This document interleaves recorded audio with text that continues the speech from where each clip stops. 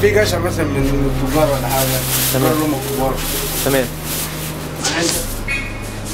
بيبقى في مثلا سوق سودا بمعنى صح، خزن حاجه ولا حاجه وكده بيعرضها وقتها مش الطبيعي زي المانجا، زي مثلا اصناف مثلا ايه اللي هي تتخزن. الطماطم عمرها ما تتخزن. لازم تبقى في مراقبه صح، في رقابه صح.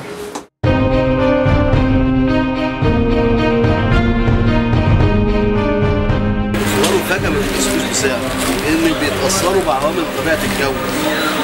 حضرتك المفروض المحصول بيطلع كامل للفلاح بيبقى سعره موجود بزيادة، المحصول بيبقى موجود كتير.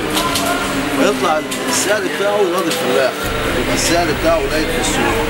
إنما لما تيجي الجو حرر، الجو يرطب، يأثر على المحصول للفلاح، فالفلاح غصب عنه يحط التكلفة اللي بيطلع هالك معاه كتير، يروح حاطط التكلفة فوق السعر بتاعه. النهارده اللي هو الزبون او المستهلك النهارده لو في جيبه ما يكفي هيشتري براحته، لكن النهارده عارفين ان في اعباء والبلد داخل في مرحله يعني ربنا يعدي على خير يعني. عايزين ايه؟ عايزين نستبشر خير، بس احنا بنعيش على الوقت اللي احنا فيه.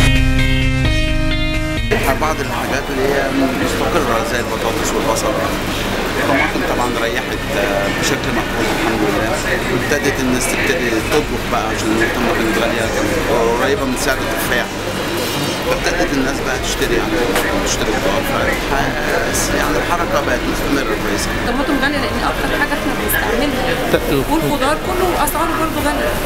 يعني كنا الأول نجيب الحاجة ب2 و3، دلوقتي ب6 و7 و8، البامية بقت ب10. يعني الأسعار غالية جدا. عرض وطلب.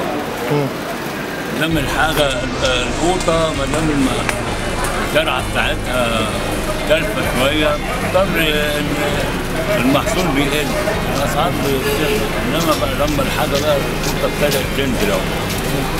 نزلت جامد يا صلاة النبي والحمد لله، والخيار مريح.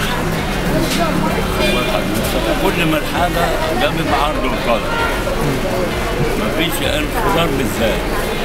الحاجة بتغنيه المؤاخذة على حسب المحصول.